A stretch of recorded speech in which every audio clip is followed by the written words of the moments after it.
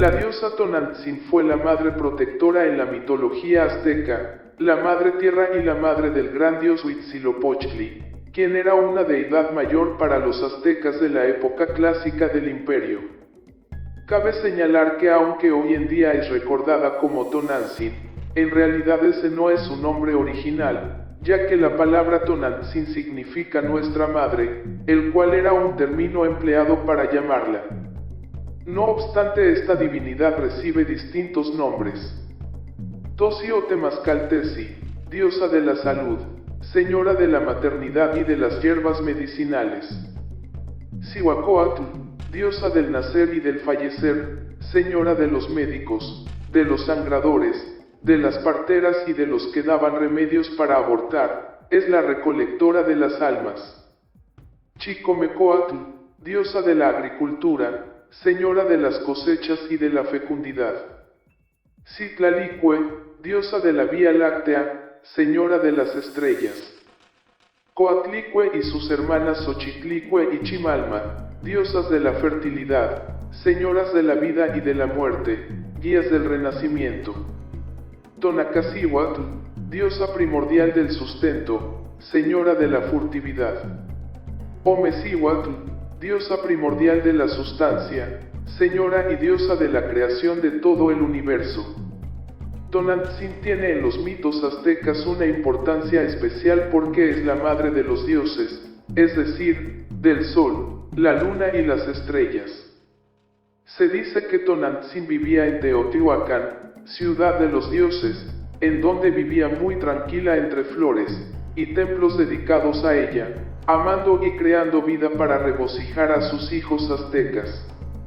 Antes de la conquista, los indígenas de las diversas regiones subían una vez al año al cerro del Tepeyac, en donde se alzaba el templo ceremonial de la diosa Tonantzin, con la finalidad de ofrecer una gran ofrenda de flores en su honor. Esta ceremonia tenía lugar a final del otoño, durante la luna llena previa al solsticio de invierno. Allí hacían muchos sacrificios en honra de esta diosa, y venían a ella de muy lejanas tierras, de más de 20 leguas de todas las comarcas de lo que hoy es México, y traían muchas ofrendas. Venían hombres y mujeres y mozos y mozas a estas fiestas.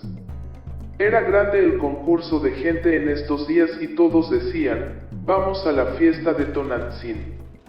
Al ser la madre protectora de su pueblo, no fue difícil para los españoles convencer a los aztecas que entre la diosa y la Virgen María había una gran similitud en sus historias.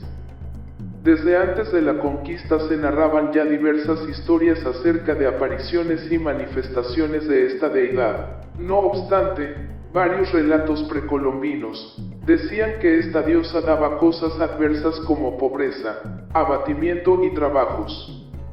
Aparecía muchas veces, según dicen. Tonantzin era una diosa muy bella, de falda y huipil blancos. Tenía cabello negro, compuesta con unos atavíos como se usan en palacio, contenía en estos cada uno de los símbolos femeninos y traía una cuna a cuestas, como quien trae a su hijo en ella. Esta devoción sorprendió muchísimo a los españoles, por una parte porque para ellos esta diosa era un demonio y, por otra, por la gran cantidad de personas que participaban. Por ello, decidieron derribar dicho templo. Sin embargo, la devoción a Tonantzin continuaba y quienes acudían al cerro la seguían adorando, sin importarles que los españoles hubiesen derribado el antiguo templo. Es por ello que surgiera la historia que todos conocemos acerca de las apariciones al indio Juan Diego. Esta se le atribuye al indio Antonio Valeriano, iniciado por parte de los frailes franciscanos en la escritura y artes en castellano, y quien por cierto fue alumno y profesor del Colegio de Santa Cruz de Tlatelolco. Actualmente existen 3 versiones del manuscrito en la Biblioteca Pública de Nueva York, pero hasta el momento se ignora cuál es el original. Investigadores del texto concluyen que está escrito bajo el auto sacramental, una especie de drama litúrgico muy famoso del siglo XVI, el cual presentaba escenas religiosas para evangelizar a los espectadores, en este caso a los indígenas, ya que estos solían transmitir su historia de forma oral, y una representación teatral cumplía con éxito la misión de los franciscanos. En este encuentro tan improbable y creído por millones de católicos mexicanos, la Virgen le pide a Juan Diego que vaya con el arzobispo Fray Juan de Zumárraga, del recién creado virreinato de la Nueva España, para que le construyera un templo en lo alto del Cerrillo. El fraile no cree en sus palabras, de primera instancia, y le pide una prueba. Al regresar a un segundo encuentro divino, la Virgen le manda a llevar flores en su tilma y al soltarlas Juan Diego frente al fraile, se concreta el milagro que hasta nuestros días prevalece con fervor, la imagen de la Virgen de Guadalupe que apareció milagrosamente impresa entre sus ropas ha perdurado por casi 500 años, ahora impresa en el imaginario colectivo mexicano. La santificada imagen se encuentra en la actual Basílica de Guadalupe siendo prueba fehaciente del milagro. Una historia que todo mexicano sabe desde la niñez. Sin embargo, para molestia de los españoles, los indígenas nombraron a esta representación de la Virgen María como Tonantzin. Durante las décadas que siguieron a la fundación por los franciscanos, hacia 1531, de la primitiva ermita dedicada a Santa María en el Tepeyac, la popularidad de su culto fue en aumento entre los indios. Al adorar a la Virgen, los indios reverenciaban a la diosa madre Tonantzin. En cuanto se percataron de su naturaleza idolátrica, los franciscanos se opusieron a los cultos de sustitución que ellos mismos habían contribuido a iniciar. Aunque no fue el primero en hacerlo, Fray Bernardino de Sahagún fue quien denunció más claramente la naturaleza idolátrica de estos cultos sincréticos, solo aparentemente cristianos. Siendo un firme opositor de la Virgen de Guadalupe. La interpretación de Sahagún era correcta, los indígenas no entendían a Guadalupe en una manera totalmente cristiana, sino como un nuevo elemento que podían incorporar en su religión tradicional.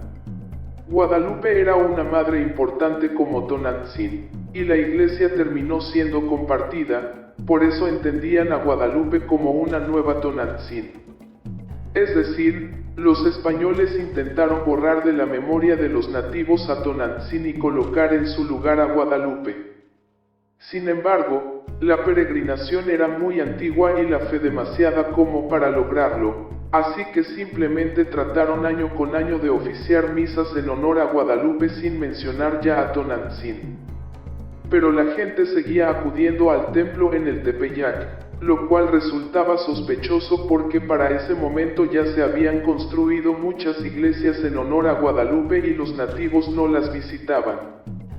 Sahagún no es el único que confirma el hecho, pues Jacinto de la Serna en su Manual de Ministros de Indios escribiría: en el Cerro de Guadalupe, donde hoy es célebre santuario de la Virgen Santísima de Guadalupe, tenían estos un ídolo de una diosa llamada Tonantzin, a quien celebraban fiesta el mes llamado Tititl, 17 de un calendario y 16 de otro, y cuando van a la fiesta de la Virgen Santísima, dicen que van a la fiesta de Totlazonantzin, y la intención es dirigida a los maliciosos a su diosa y no a la Virgen Santísima, o a entre ambas intenciones, pensando que uno y otro se puede hacer.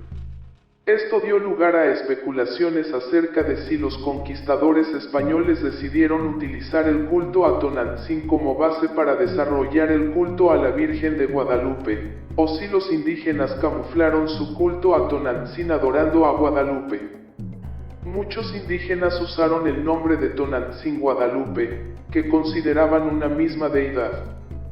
Sin embargo, Guadalupe no era el retorno de la antigua deidad. Al principio del proceso de conversión católica, los indígenas no consideraban a sus dioses como perdidos, porque para ellos, aceptar el catolicismo no exigió abandonar su religión tradicional. Por eso, la aparición de Guadalupe no era el retorno de Tonantzin, sino una manifestación de la mezcla continua de las religiones indígena y católica. La historia del Cerro del Tepeyac no es sino otro ejemplo más del sincretismo cultural que caracteriza a tantas costumbres, tradiciones y creencias mexicanas. Hoy en día esta famosa peregrinación reúne a millones de personas que, sin saberlo, acuden a un lugar de culto que lleva siglos de existencia y que no siempre ha tenido que ver con la religión católica ni con los españoles, sino con una antigua deidad náhuatl, que aunque muchos no lo sepan, sigue siendo venerada. Si el video te gustó, dale like y compártelo en tus redes sociales. Dame la oportunidad de seguir trayéndote material con tu suscripción. Añádete a mis redes sociales dándome like en Facebook y siguiéndome en Twitter. Esto fue Historias Asombrosas.